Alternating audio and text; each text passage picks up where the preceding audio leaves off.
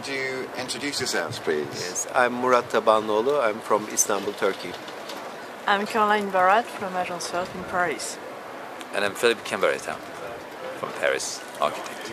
Great. So you're all architects. You just had a really interesting panel about innovation versus tradition, that sort of thing, at MIPIM. How did it go?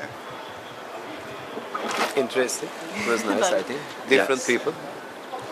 A bit short, because there are so many things to say about it, but that's the exercise. Yeah, it was a wonderful experience, definitely.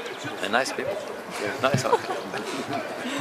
Great. So we wanted to ask you a couple of questions about the sort of dream projects that you might have in mind. And so the first thing we wanted to know is if you could build in any city, if you just had carte blanche, where would that be and why? Maybe you could answer. I think, again, because I'm in Istanbul, it should be in Istanbul. I know Istanbul very well. So, and something to build on the water will be interesting, because normally you are not allowed to make something. And maybe after years to make something on the Bosphorus, that can be very interesting, between Asia and Europe, I think. That's my dream.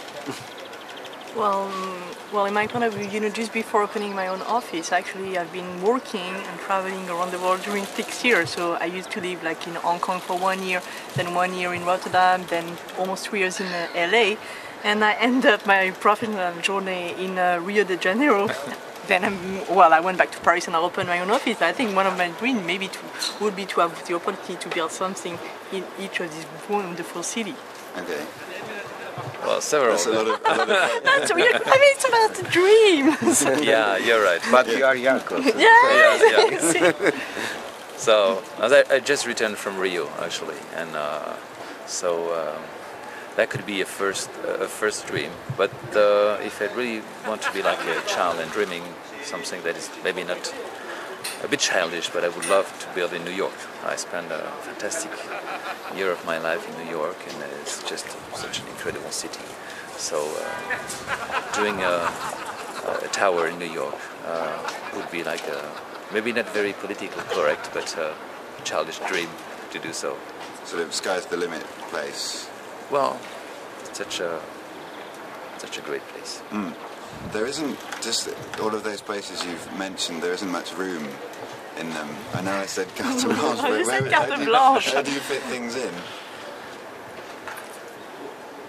You find somewhere. Yeah. Exactly. Yeah. Well, On the water. On the water. Water, yeah. Maybe it's moving. You never know. Maybe it's... It's moving. It's like a ship. Yeah. Could be. Boat. A boat. Yeah. Like a building. A floating architecture. Yeah. And the other thing I wanted to know is if, so let's say you're doing this dream project, what would be the key sort of innovation that you'd focus on? Would it be sustainability? Would it be technology? What would it be? I think sustainability is, in every project now, it's a normal thing, and in the future it will be more and more. And I think for me in these days it's more lightness, that the structure is more light. This is very important, so it's you don't use too much material, so it's more simple and light. So that will be my focusing point, I think, in this project. Okay. well, I would say that the whole question, of long-term success is maybe not to equate like high technology and innovation. And in a way, high technology is by its own nature doomed to obsolescence. So I would say maybe we have to focus much more on human experience than on the latest gadget. And we have to be, we really have to pay attention on that. Well, yes, I think technology and sustainability are just tools. Not sustainability, it's an objective that all project will have in the future. This shouldn't be, architecture has to be beyond that or with that. It's just part of it. It will be part of it. It will be, so in this tower in New York, I would like to develop a concept that I had done for Paris La Défense 3 years ago. That was a very simple mixed-use project. 2 towers. One was residential, one was office, and one in the bottom we had museum and a public space. And there was some sort of living ensemble of working and living, and I'm very much interested in this new condition of work of the future, And that could be perfect to do that in New York. Great. Well, thank you all very much for your time. Thank you very much. Thank you. Thank you. Thank you so much.